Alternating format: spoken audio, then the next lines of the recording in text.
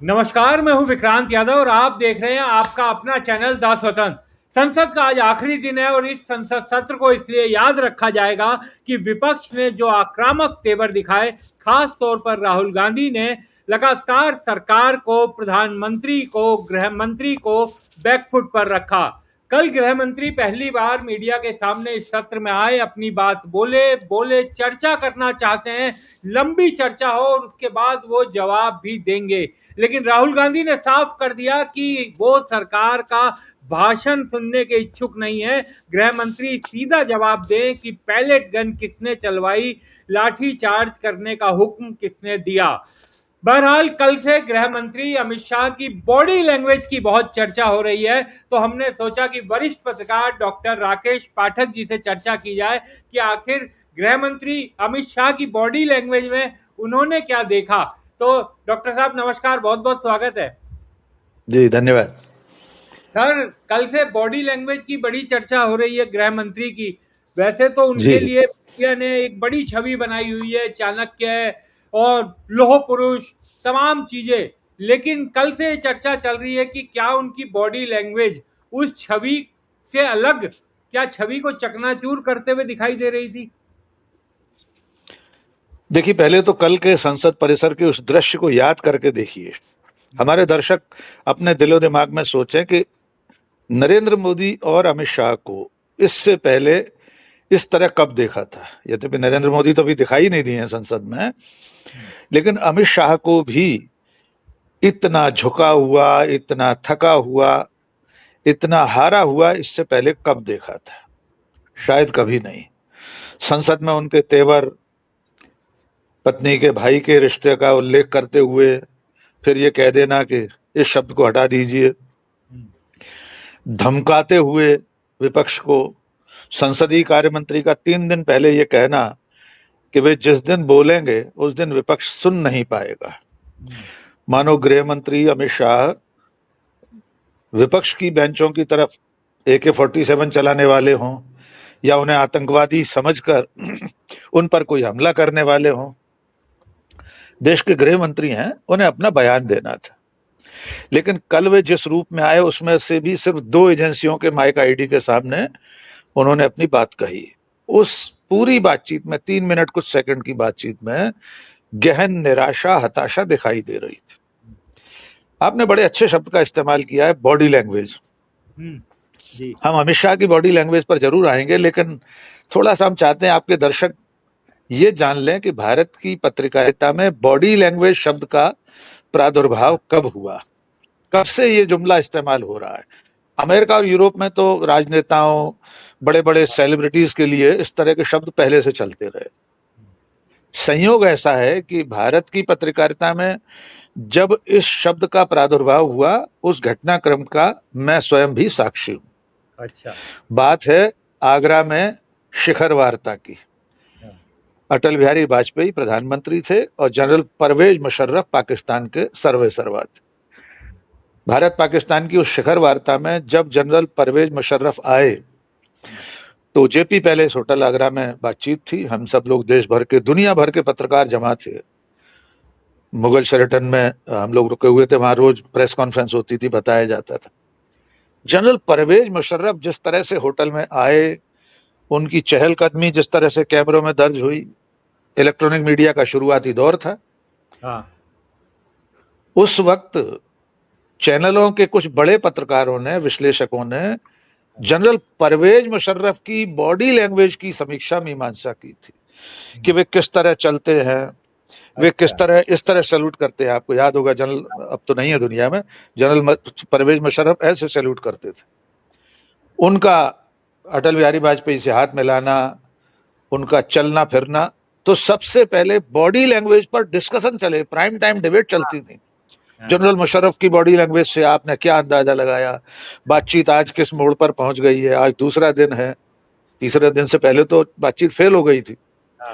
General Musharraf को अजमेर जाना था, वे वहां न जाकर सीधे आगरा से इस्लामाबाद उड़ गए थे। तो भारत की पत्रकारिता में बॉडी लैंग्वेज शब्द का प्रादुर्भाव सबसे पहले जनरल परवेज मुशर्रफ की बॉडी लैंग्वेज के आकलन से शुरू हुआ था। उसके बाद तो नरेंद्र मोदी की बॉडी लैंग्वेज, राहुल गांधी की, अमित शाह के, सबके लगातार आकलन होती रही। चलते रहते हैं। हाँ, तो अब कल की अगर अमित शाह की बॉडी लैंग्वेज को हम कसौटी पर कसें तो उसका संकेत ये है कि इस सत्र में नरेंद्र मोदी की सरकार, खुद प्रधानमंत्री मोदी और अमित शाह बाजी हार गए। सत्ता में बने रहना अलग बात है, सत्ता का इकबाल जाते रहना, आपका जलवा जुलूस भौकाल खत्म हो जाना, ये दूसरी बात है। तो कल अमित शाह की बॉडी लैंग्वेज ये बता रही थी कि उनका भौकाल खत्म हो गया है, और इसके पीछे निश्चित तौर पर नेता प्रतिपक्ष राहुल गांधी की बड़ी भूमिका है। आप सब चीजों को परे रखकर सिर्फ एक बात पर अगर फोकस करें कि राहुल गांधी इस पूरे सत्र में मुद्दे से नहीं भटके। जब जब जहां मौका लगा उन्होंने अपनी राजनीतिक दृढ़ता का परिचय दिया। आप उसे जिद भी कह सकते हैं, रिजिडिटी भी कह सकते हैं, बिल्कुल, हठ धर्मिता भी कह सकते हैं, तो राजनीति में ये सब चलता है। उन्होंने कहा मेरा टेसू तो यहीं अड़ा है, खाने को मांगे दही बड़ा है, उसको तो इस्तीफा चाहिए। अमित शाह का 20 जुलाई पर उनकी सुई अटकी हुई है, चिग नहीं रहे वहां से वे। इसीलिए 20 दिनों तक अमित शाह और प्रधानमंत्री मोदी संसद भवन आते थे।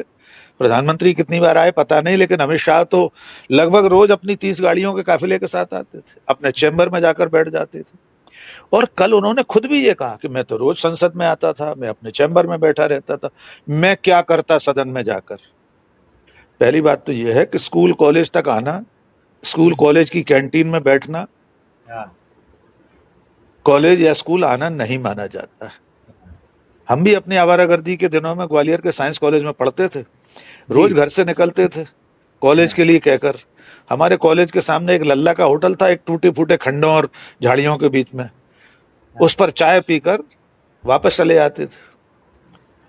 तो इसे कॉलेज जाना तो नहीं माना गया, क्योंकि कॉलेज से जब हमारी हाजिरी की रिपोर्ट आया करती थी उस समय, अब तो बंद हो गई, घर के पते पर जब आई तो पता लगा कि हमारी हाजिरी 000, किसी दिन एक का क्लास अटेंड की। तो घर वाले पूछते थे तुम तो रोज कॉलेज जाते थे, हम कहते थे रोज जाते थे। ऐसे ही अमित शाह रोज कॉलेज आते थे, लेकिन क्लासरूम में नहीं जाते थे। या तो लल्ला के होटल पर बैठकर घर लौट जाते थे, या शौचालय में कहीं दिशा मैदान करके वापस चले जाते थे। देश यही सवाल पूछ रहा है, राहुल गांधी भी यही सवाल पूछ रहे हैं। दूसरी बात, उसमें दूसरा पक्ष उन्होंने जो रखा है विक्रांत जी, कि मैं सदन में जाकर क्या करता। अरे वही करते जो आपका दायित्व है, जो मंत्री के नाते आपकी भूमिका है। और ऐसा भी नहीं है कि सदन नहीं चल रहा था, कई बिल पास हो गए ना इसी दरमियान। बिल्कुल, खुद उनकी गैरहाजिरी में उनके राज्य मंत्री ने बिल रख दिया। FCRA बिल संसदीय समिति को चला गया, JPC को, तो आप आकर रख देते बिल। जब वो बिल पास हो सकते हैं, चर्चा हो सकती है, तो आपका वक्तव्य सुनने से कब इनकार था। ठीक है, विपक्ष शोर शराबा करता, अपनी बात सुनाने पे अड़ा रहता, लेकिन आप तो अपनी बात एक तरफा कह सकते थे। स्पीकर आपका है, उसमें क्या दिक्कत थी। तो कल के अमित शाह के छोटे से वीडियो ने उन्हें बहुत नीचे के पायदान पर पहुंचा दिया। उनका जो जलवा था वो खत्म हो गया एक तरह से। जी, जो कहा जाता है कि सर राहुल गांधी की छवि पप्पू की बनाने में बहुत समय, बहुत पैसा, अरबों खरबों रुपया लगा, तो गृह मंत्री अमित शाह की भी एक छवि है, उसको बनाने में, उसके बनने में भी कई साल लगे। लेकिन इस एक मानसून सत्र को, इस कल के एक इस बयान को, उस 3 मिनट के वीडियो को, इन सब की बड़ी भूमिका रहेगी। वो कई साल की मेहनत जो, जिसके कारण एक लौह पुरुष, एक मजबूत पुरुष, एक कड़े गृह मंत्री के रूप में उनकी जो छवि बनी थी, उसको देखते हुए। देखिए विक्रांत जी, लौह पुरुष तो कम से कम हमें और आपको नहीं कहना चाहिए, हम कागजी लौह पुरुष कहते हैं। क्योंकि इस देश के इतिहास में, आजाद भारत में एक ही लौह पुरुष हुआ है, सरदार वल्लभ भाई पटेल। लाल कृष्ण आडवाणी भी लौह पुरुष नहीं थे। लौह पुरुष होते तो जिन्ना की मजार पर जाकर मत्था नहीं टेकते विक्रांत जी। लौह पुरुष होते तो उनकी सरकार आतंकवादियों के सामने घुटने नहीं टेकती। जसवंत सिंह सूटकेसों में भरकर आतंकवादियों को साथ लेकर कंधार नहीं उतरते। तो लौह पुरुष तो सिर्फ एक थे, सरदार वल्लभ भाई पटेल। जहां तक सवाल अमित शाह की छवि का है, आपने सही कहा कि नरेंद्र मोदी और अमित शाह की छवि बनाने में अरबों खरबों रुपए खर्च किए गए और राहुल गांधी की छवि को नेस्तनाबूद करने में उससे भी ज्यादा पैसा खर्च किया गया। लेकिन अब आज की तारीख में न तो नरेंद्र मोदी की वो छवि रही है, वे अपने मुंह मियां मिट्ठू बन के कहते रह सकते हैं कि वे नॉन बायोलॉजिकल हैं, उन्हें तो ईश्वर ने कुछ अलग से काम करने के लिए भेजा है। अरे इस देश में 3-3 बार प्रधानमंत्री रहे तो कई लोग हैं, पंडित जवाहरलाल नेहरू, इंदिरा गांधी, अटल बिहारी वाजपेयी, इनमें से किसी ने नहीं कहा कि विशेष काम करने भेजा है। दुनिया में न जाने कितने राष्ट्र प्रमुख हैं, प्रधानमंत्री और राष्ट्रपति हैं जो दशकों से सत्ता में, चाहे वे कैसे भी हों, उनमें से कोई कहता है कि भगवान ने, ईश्वर ने, गॉड ने किसी विशेष काम के लिए उसे भेजा है? किसी विशेष काम के लिए नहीं भेजा। हम सबको ईश्वर ने अपने अपने काम के लिए भेजा है। विक्रांत यादव को पत्रकारिता के लिए भेजा है, मुझे भी पत्रकारिता के लिए भेजा है। हम अपना अपना काम कर रहे हैं। आप प्रधानमंत्री होने से ईश्वर का अवतार नहीं हो जाते, आपको भ्रम में बना रहे। अमित शाह की छवि भी ऐसी बनाई गई कि बड़े कड़क गृह मंत्री हैं। मेरा सवाल यह है कि आंतरिक सुरक्षा के मामले में भारत के इतिहास के सबसे विफल गृह मंत्री हैं वे। कितने आतंकवादी हमले हो चुके हैं देश में। देश की राजधानी दिल्ली में अभी जुमा जुमा कुछ महीने पहले हमला हुआ लाल किले के सामने। किस पर कार्रवाई हुई, कौन से असली मुलजिम पकड़े गए? आंतरिक सुरक्षा के मोर्चे पर एक भी ऐसी कामयाबी नहीं है, खास तौर से वो भी जिसका वे ढोल पीटते हैं कि घुसपैठियों को निकाल बाहर करेंगे। कितने घुसपैठिए निकाल बाहर किए? संसद में उनकी ही सरकार, उनके ही मंत्रालय का उत्तर है, जिसकी अगर आप तुलना मनमोहन सिंह की सरकार से करेंगे तो मनमोहन सिंह की सरकार में तो उससे 10 गुना ज्यादा विदेशी घुसपैठिए देश के बाहर भेजे गए, डिपोर्ट किए गए। बिल्कुल। तो कौन सा ऐसा मोर्चा है जिसमें बतौर गृह मंत्री अमित शाह बहुत काबिल और कड़क गृह मंत्री माने जाते हैं? ये सिर्फ भोंपू मीडिया मानता है, उसका उनका प्रचार तंत्र, आईटी सेल, व्हाट्सएप यूनिवर्सिटी मानता है। हम तो नहीं मानते, और जो मानते हैं उनको अधिकार है, वे माने। वो चाहे तो सरदार पटेल से भी ज्यादा सफल गृह मंत्री मान ले। जी डॉक्टर साहब, एक चीज, क्योंकि नेहरू का आपने अभी जिक्र किया, पंडित नेहरू का, और बीजेपी और प्रधानमंत्री नरेंद्र मोदी अक्सर करते रहते हैं, गृह मंत्री भी करते रहते हैं, तो संकट के समय तो और ज्यादा सदन में अपने लोगों के बीच जनता को संदेश देने का इससे बढ़िया कोई तरीका, कोई जरिया नहीं हो सकता। भारत चीन युद्ध के समय भी जब नेहरू जी संसद में लगातार सवाल हो रहे थे तो लगातार वो संसद में रहे थे। कहा जाता है कि 30 से ज्यादा बार वो उन्होंने इंटरवीन भी किया। तो क्योंकि संकट के समय असली ये पहचान होती है ना कि आदमी का चरित्र कैसा है, कितना मजबूत है वो। तो ये तो एक बिल्कुल अच्छा समय था कि सरकार ये बताती कि क्यों लाठीचार्ज करना पड़ा था उसे, किन परिस्थितियों में किया था लाठीचार्ज, और बिल्कुल। किसने दिया हुक्म। तो ये तो एक मजबूती, अगर वो आपका फैसला, अगर सरकार का फैसला था, वो फैसला सही या गलत हो सकता है, उस पर बहस हो सकती है, लेकिन बिल्कुल। परिस्थितियों के मुताबिक क्या फैसला लिया था, किसने लिया था, ये तो बताना ही चाहिए था। देखिए, आपने पंडित नेहरू का जिक्र किया, बहुत अच्छा किया। मैं लगातार पिछले कई दिनों से हर चैनल पर आंकड़ों के साथ बता रहा हूं। जी। देखिए, 20 अक्टूबर 1962 को चीन का अतिक्रमण शुरू हुआ। 8 नवंबर को संसद का विशेष सत्र आयोजित हुआ। अटल बिहारी वाजपेयी उस वक्त युवा सांसद थे, और तमाम दूसरे युवा सांसदों की मांग पर संसद का विशेष सत्र हुआ। उससे पहले सर्वदलीय बैठक हुई। उस सत्र में लगातार चर्चा हुई। 165 सांसदों ने चीन के मसले पर अपनी बात रखी। पंडित नेहरू ने करीब करीब 35 बार हस्तक्षेप किया, यानी अपनी अपनी, जब उन्हें लगा कुछ कहना है। कुल मिलाकर उस पूरी बहस में, पूरे हफ्ते भर चली थी बहस वो, 8 नवंबर से संभवतः 14 नवंबर 1962 तक। पंडित नेहरू ने जो कुछ बोला था, जितना कुछ बोला था, वो 1,04,000 शब्दों में कहा गया भाषण था। ये रिकॉर्ड, ये आंकड़ा हम संसद के रिकॉर्ड से ही बता रहे हैं। चेक कर लें हमारे दर्शक, जहां से जैसे भी चाहे। 1,04,000 शब्दों में कही गई बात को अगर पुस्तकाकार किया जाए, किताब के रूप में छापना हो, तो 200 पेज की किताब बनती है विक्रांत जी। पंडित नेहरू ने इतनी बार बोला था। उनके अपने सांसद, उनकी पार्टी के सांसद, महावीर त्यागी जैसे लोग अपने प्रधानमंत्री को कटघरे में खड़ा किए थे। रक्षा मंत्री का इस्तीफा हुआ था। चलिए, पंडित नेहरू की बात तो बहुत पुरानी हो गई। अभी इनकी सरकार से पहले 2004 से 14 तक डॉक्टर मनमोहन सिंह की सरकार में, खासतौर से यूपीए 2 में 2G, 3G, कॉमनवेल्थ, कोयला घोटाला, कौन सी ऐसी बात थी, कौन सा ऐसा मुद्दा था जिस पर संसद में बहस नहीं हुई? कब कोई बता सकता है कि मनमोहन सिंह और उनके तत्कालीन उस विभाग से, उस घोटाले से संबंधित मंत्री ने सदन का सामना नहीं किया? मंत्रियों के इस्तीफे हुए, मंत्री जेल गए, भले उन सारे मामलों में ज्यादातर लोग बरी हो चुके हैं। विनोद राय की रिपोर्ट पर एक एंटीसिपेशन, इतने लाख करोड़ का घाटा हो गया सरकार को, कितनी बिंदियां आगे लगाकर अखबारों की हेडलाइन बनती थी, हमने खुद बनाई है उस समय। 8-8 कॉलम में मनमोहन सिंह के खिलाफ खबर लिखी है, संपादकीय लिखे हैं पहले पेज पर। लेकिन तब तो 20 दिन तक प्रधानमंत्री और किसी भी विभाग का मंत्री गैर हाजिर नहीं रहा। किससे तुलना कर रहे हैं? बोफोर्स कांड के समय राजीव गांधी कब संसद से भागे?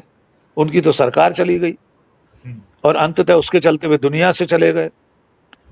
और यहां प्रधानमंत्री सदन में आने की हिम्मत नहीं कर रहे, न गृह मंत्री आ पा रहे हैं। तो नेहरू जैसा बनने के लिए तो 56 जन्म और लेना पड़ेंगे। ये 560 इंच का सीना सिर्फ मुहावरे में शामिल होकर रह गया है। अगर है तो सदन का सामना करें, देश का सामना करें।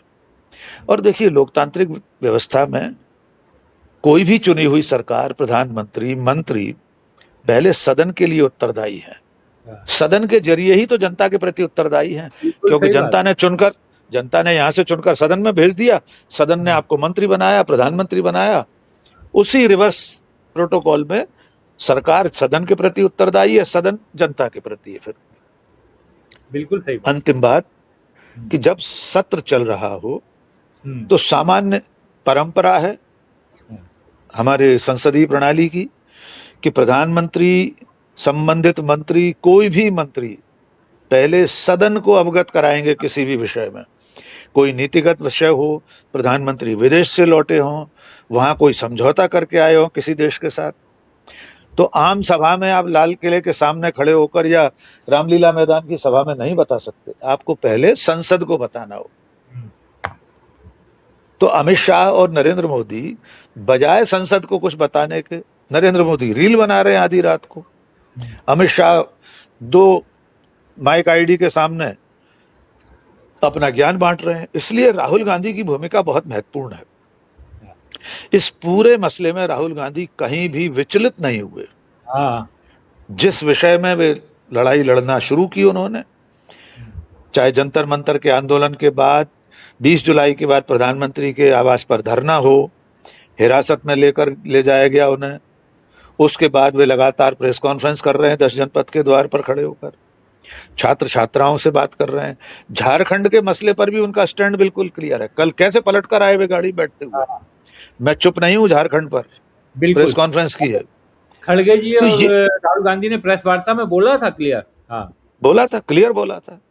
तो ये जो स्टैंड है, ये राजनीतिक दृढ़ता, ये इच्छा शक्ति, इसी ने नरेंद्र मोदी और अमित शाह को झुकने पर मजबूर कर दिया है। और आज जिस वक्त हम बात कर रहे हैं, थोड़ी देर बाद संसद का सत्र शुरू हो चुका होगा। देखना होगा कि वहां आज क्या होता है। वैसे तो अंतिम दिन कुछ होता नहीं है, आप ज्यादा जानते हैं। स्पीकर आते हैं, वे अपना वक्तव्य देते हैं, पर परंपरा ये भी है कि सत्र के अंतिम दिन प्रधानमंत्री को सदन में रहना होता है। बिल्कुल। अध्यक्षीय उद्बोधन जब होता है लोकसभा अध्यक्ष का या राज्यसभा के सभापति का, तब प्रधानमंत्री को रहना एक परंपरा है। और हमारा संसदीय लोकतंत्र सिर्फ लिखी हुई नियमावली से नहीं चलता। बहुत सारी ऐसी चीजें हैं जो किताब में नहीं लिखी हैं, संविधान में नहीं लिखी हैं, संसद की नियमावली में नहीं लिखी हैं, लेकिन परंपरा से चली आ रही हैं और उनका सबको निर्वाह करना होता है। जी, तो उम्मीद की जानी चाहिए सर आज, क्योंकि अंतिम दिन तो आज कम से कम प्रधानमंत्री और गृह मंत्री परंपराओं का ही पालन करते हुए सदन में पहुंचे और देखें कि क्या उसमें आगे होता है। बहुत बहुत शुक्रिया डॉक्टर साहब, आप हमारे साथ जुड़े, चर्चा में शामिल हुए। थैंक यू, बहुत बहुत शुक्रिया। Thank you, thank you.